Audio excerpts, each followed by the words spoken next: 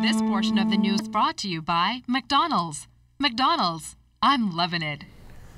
A day after media reports pegged the cost for National Health Insurance Plan at between $362 million for basic coverage and $633 million for expanded benefits, health officials say government is looking at various funding and costing options, and it's tailoring a plan that's suitable and one that meets the needs of Bahamians. A press statement from the Ministry of Health today also indicated that NHI will focus on improving health outcomes while also producing annual savings which will reach $160 million in 10 years. And despite what critics say, Health Minister Dr. Perry Gomez says the comprehensive plan is on target for January 2016.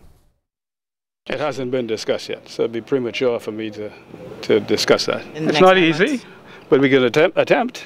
The report suggests we're behind schedule with choosing the options as well. In fact, we're several months behind schedule according to the report. That's all right. We can get there. If you don't start, you'll never get. That press release went on to state that per capita, health care spending in the Bahamas is more than $2,300 a year, almost double other countries in the region. The health minister also reiterated why national health insurance is so necessary. I know about the inequities. The ease that people with insurance have with getting tests done, you know, MRIs, CT scans, coronary artery scanning and procedures, you know, some of the things that mean life and death. And if you don't have the money readily available in circumstances where you have no insurance, then that's a difficult situation to be in. The ability of emergency responders to access an emergency is critical. Members of the Royal Bahamas Defense Force donated an ambulance that it had used for less than 2 years to the Public Hospitals Authority for just that purpose. Jimenita Swain tells us that in addition to that, several more emergency vehicles are on the way.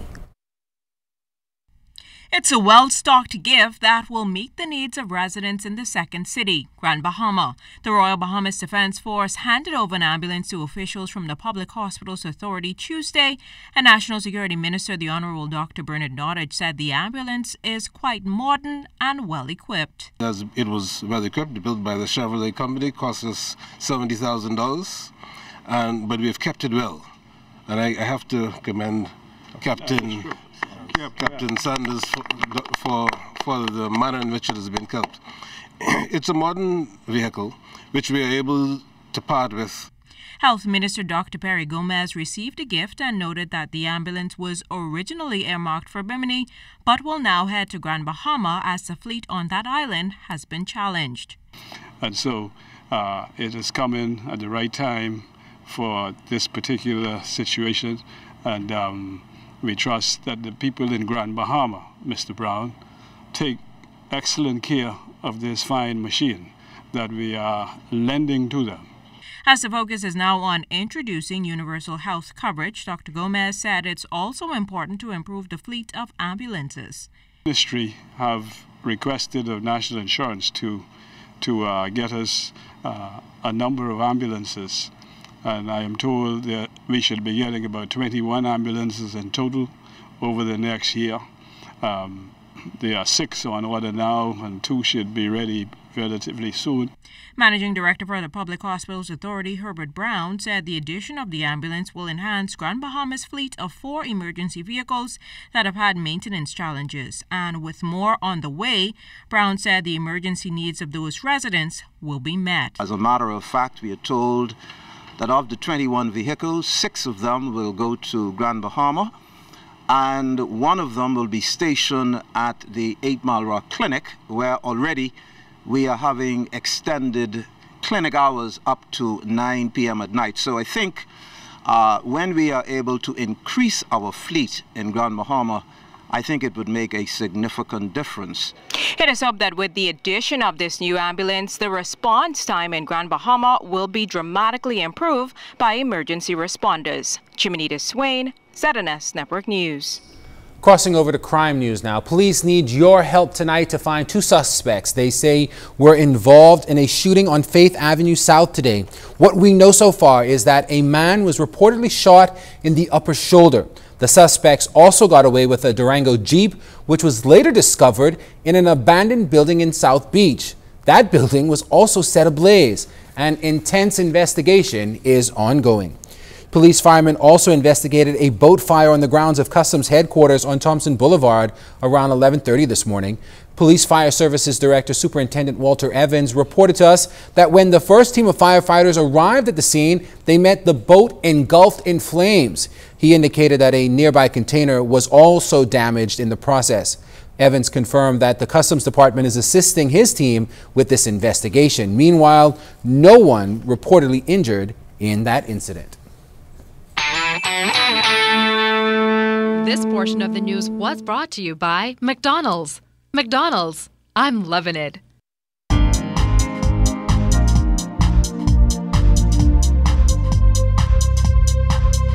This is your Royal Fidelity Business News. I'm Jimenita Swain. It's being billed as the world's newest mega resort by Forbes Lifestyle magazine. The $3.5 billion Baha resort, set to open March 27, did not start incrementally, but instead took a giant leap of development. Currently, it's the largest tourism project under construction in the Western Hemisphere, which, according to Forbes, will change the entire landscape of the Bahamian tourism product. Bahamas' 100,000 square foot Vegas-style casino is also the largest in the Caribbean basin. Distinct brands to be featured include Rosewood and SLS. In other business news, the island of Exuma set to get a much-needed economic boost as the Ministry of Tourism prepares to host the Bahamian Music and Heritage Festival. The event, themed celebrating the islands of the Bahamas, will be held March 12th through 14th. Director of Domestic Tourism Jacqueline Ramsey said the event provides an opportunity for small and large businesses to show off their goods and make some money. What's important about the event, she adds, is that it encourages domestic tourists to explore the Exuma chain of islands. This is the festival's 11th year and will include elements such as storytelling, a Bahamian history corner, and arts and craft. And in international business news, banking giant JP Morgan & Co. has agreed to pay about $50 million to settle the U.S. Justice Department's claims that it improperly filed documents in federal bankruptcy cases. Bloomberg News is reporting that in some instances, the agency signed under the names of employees who were no longer with the bank. The government's watchdog U.S. trustees said the New York-based bank will provide payments, credits, and loan forgiveness to more than 25,000 people who were in bankruptcy.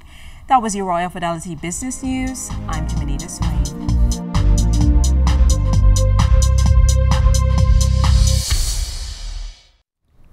A special assembly was held at Charles W. Saunders Baptist High School today. The event was in observance of World Day of Prayer.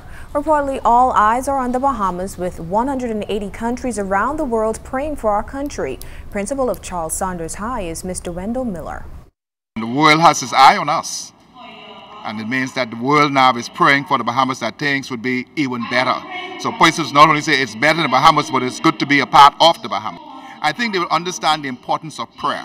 We want to remember that Jesus said that man ought always to pray, and so now they realize that as a collective group we can come together and pray rather than being just by yourself, but it's good to come together as a group and pray. Also, the Central Bank of the Bahamas today unveiled its newest coin collector's item. The $10 numismatic coin is being described as a treasure. It's made out of 99.99% pure silver and in the finest detail. It showcases breathtaking aerial views of the islands of the Bahamas. Governor of the Central Bank of the Bahamas, Ms. Wendy Craig, says the offering is in response to growing requests from the market and confirms it to be the Bahamas' first ever series of colored coins. A warm welcome home for the Governor General, who made her first official visit as the Queen's representative to her birthplace and the constituency which her late husband, the father of the nation, represented for many years. During a special assembly at the South Andros School yesterday, scores gathered as the Governor General called for unity and encouraged students to strive for excellence. Oprah Roach has more.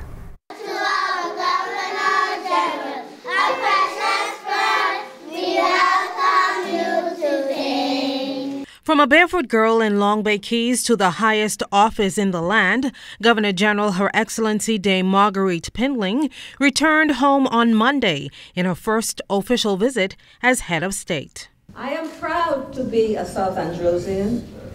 I am so happy to be here again. You know, I traveled the length and breadth of this country, and each island I visited, I said, I'm from Andros. And they kept saying, why do you keep telling people that you're from Andros? I said, because it's the island that gave me birth. And I give thanks. I give thanks. Wherever I go and whatever I do, my heart remains here in South Andros. I can never forget the kindnesses in which my late husband, Sir Lyndon, and I received from you over the many years. Her Excellency telling South Androsians that one of her jobs as Governor General is to promote unity amongst our people. And it was in that vein that she encouraged her island natives to join her in achieving that goal. If you work to unite everyone in these settlements, and believe me, you know I know what I am talking about, and ensure that it happens, you will have successfully built a united community, working together for the good, the common good. United communities will mean a united Andros, and a united Andros will result in a united Bahamas. That must be the aim of all of us, for your success will contribute to the success of the whole Bahamas. The Governor General also had a special message for the students of South Andros. When I attended the all-age school there in Motion Town, and Mr. Prime Minister, I don't know why they said the school was in Motion Town, because the town had no motion. but the school is still sitting there, but on the southern wall I can remember it said, life is like a grindstone. It either grinds you up or grinds you down. It depends on the stuff you made up. I hope it's still there on the wall, because children, it depends on the stuff that you made up. And as there is a God above, you can be whatever you want to be in this country today. The students were more than happy to welcome the country's head of state. The fact that she said that anywhere she went, she said that she tells people she's Androsian, and then people say, well, why do you say that? That was the part that I liked most. Thank you, Governor General! I'm Opal Roach, ZNS Network News. Thanks so much, Opal. Also accompanying the Governor General yesterday was Prime Minister the Right Honorable Perry Christie. He shared encouraging words with students, telling them that they too can achieve success like the head of state. Dame Marguerite was a young lady from here. Couldn't have possibly dreamt in her life she would be sitting here as the top lady, a person in this country.